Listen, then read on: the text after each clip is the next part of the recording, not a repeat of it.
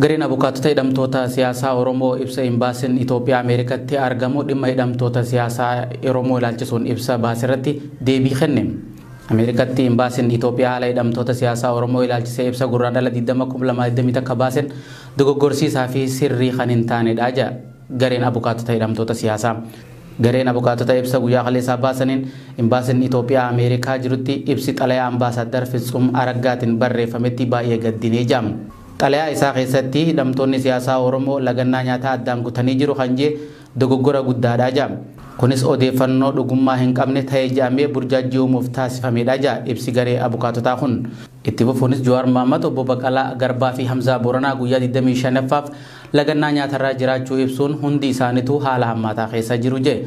Dabaluunis ibsichi abukaatonnii fi haakimoonni isaanii haala isaanii hordofaa jiraachuu ibsee garuu sababa diddaa mootummaatiin waldhaansa argachuu hin dandeenye jedha. Manni murtii guraandhala 15/2021 hospitaala dhuunfaa fidanitti akka waldhaanaman ajajee turuu eere ajajni mana murtii kabajamuu waan dideef garuu hanga ammatti yaalumsaa dhorkamuu ibse. Keessattuu Obbo Baqqalaa Garbaa yeroo 5 oliif yaalumsaa dhorkamuu fi yeroo ammaa haala hammaataa keessa jiraachuu wajjin wal qabatee baay'ee dhukkubsatee bakka ciisuu ol ka'uu hin danda'u jedha ibsi garee abukaatota siyaasaa irraa kenname kun. Gabaabumatti ibsi Imbaasii Itoophiyaa kan Ambaasaddar Fitsum Araggaatiin mallatteeffamee bahe kun ibsa dogoggorsiisaa fi dhugaa hin taane akka ta'e hubachuu barbaachisaadha jedha ibsi abukaatotaa kun.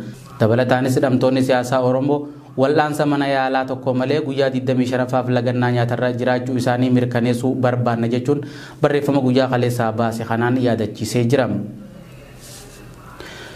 Oduu keenya itti aanuun duulli tiwutaraa sa'aatilee 24f turu haala gaariirra jiraachuun beekamee jira.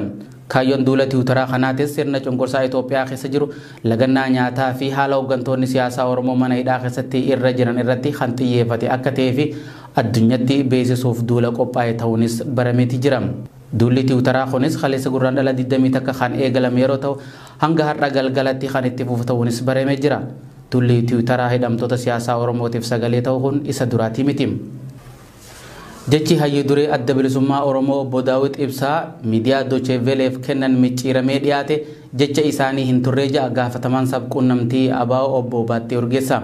Guyyoota lama dura miidiyaa biyya Jarman kan sagantaa afaan Amaaraa irratti hojjetu hayyuu duree adda bilisummaa Oromoo Obbo Daawit Ibsaa asoosiisee haasawa isaanii sagalee fi barreeffamaanis maxxanseetii jira.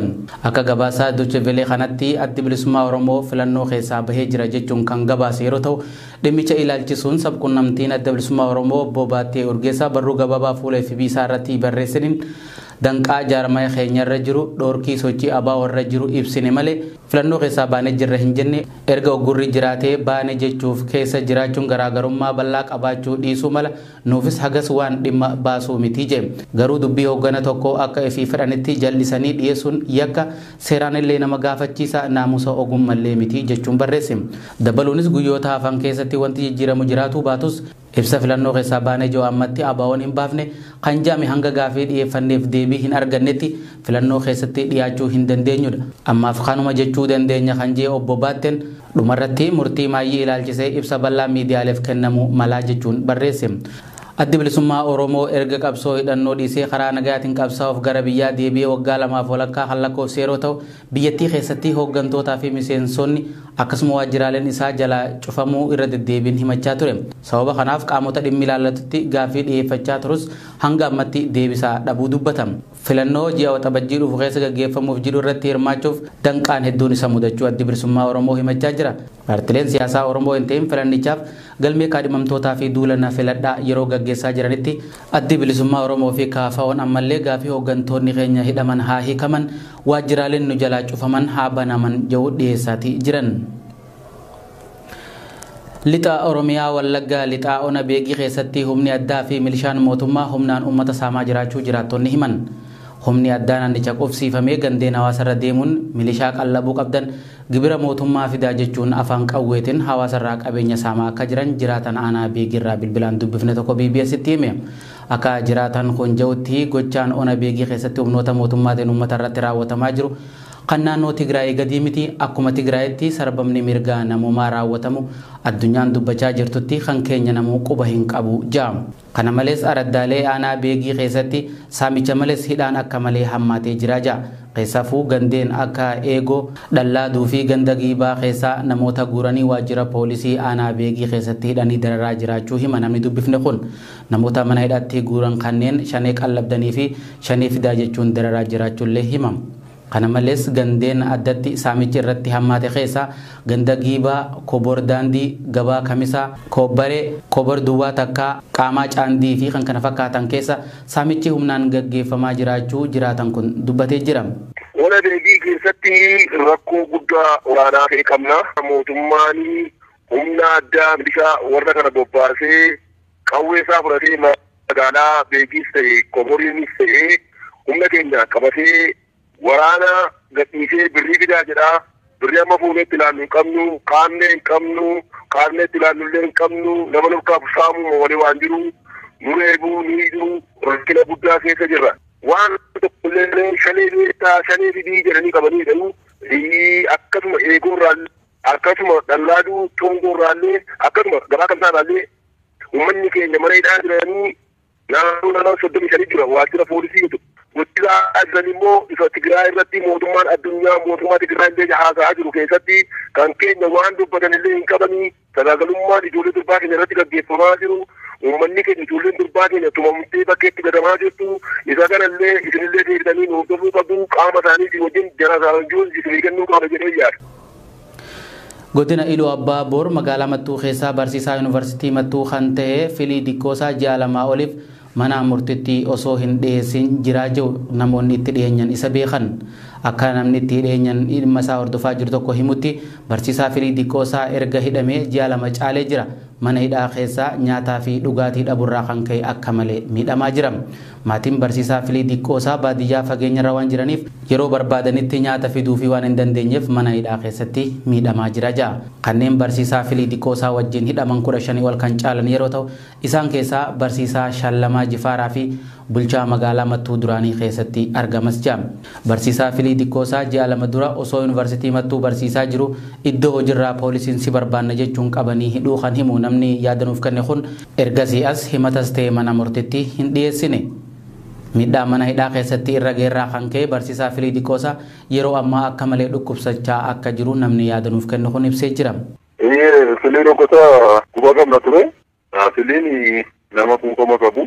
Nama sabboonummaa isaatiin xiqqoo nama quuqamnitti dhaga'amudha. Innis erga hidhamee kaasee amma baatii lama darbee jira. Sana gidduutti immoo qabata maatiinis nama hojii isaa fi ani jedhama barsiisaa yuunivarsiitii Mattuuti. Amma qaabuma mootummaa naannoo Oromiyaa jechuudha.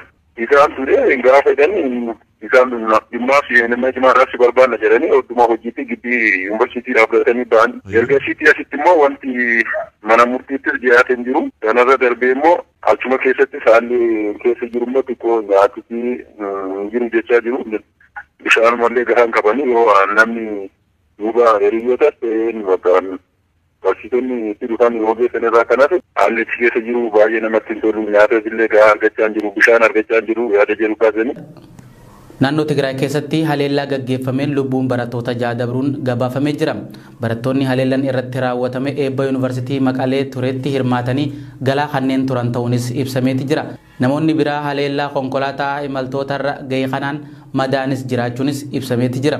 Haleellaan kun bakka Addimis Noojamutti kan raawwate yeroo ta'u konkolaataa namoota 40 takka qabate irratti ta'uunis BBC'n gabaasee jira. Akka imaltoonni jaanitti qaamni nageenyaa kan isaan gaggeessaa turee fi kanneen haleellaa raawwate jidduutti dhukaasa baname ta'ullee himan.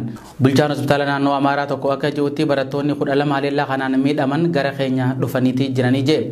Barattoonni kunneen sagantaa eebba yuunivarsiitii Maqaleetti taasifame hordofaa erga turanii booda qeetti kan deebi'aa turan ta'ulleen ibsamee jira.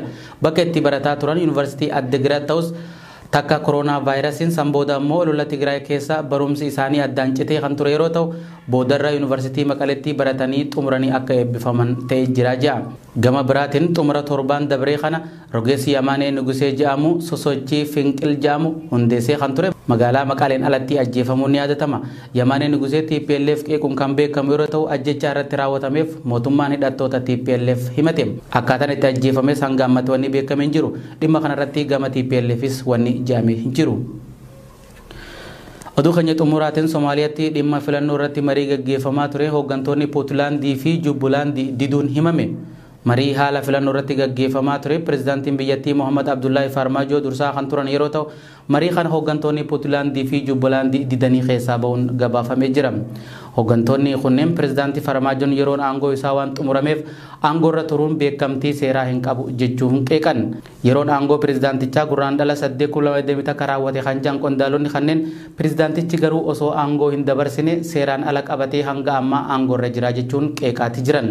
Pirezidaantii Farmaajoon gama isaaniitiin rakkoo filannoo wajjin wal qabatee biyyattii mudatee furuun biyyattii daandii sirriitti deebisuuf hojjechaa jiraachuu kan hime waajjirri isaanii kaleessa hooggantoota naannolee afran biyyattii waliin marii eegaluu isaanii tuutara isaanii irratti barreessaniiti jiran.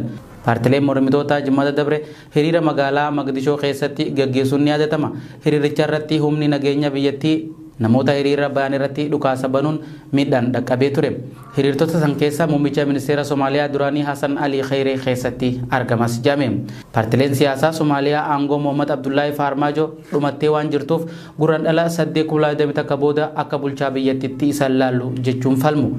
Paarlaamaan Somaaliyaa ammoo hanga namni biraa filamutti pirezidaantiin biyyattii Farmaajoon aangoo irra turuu danda'a seera jedhus baasee jira.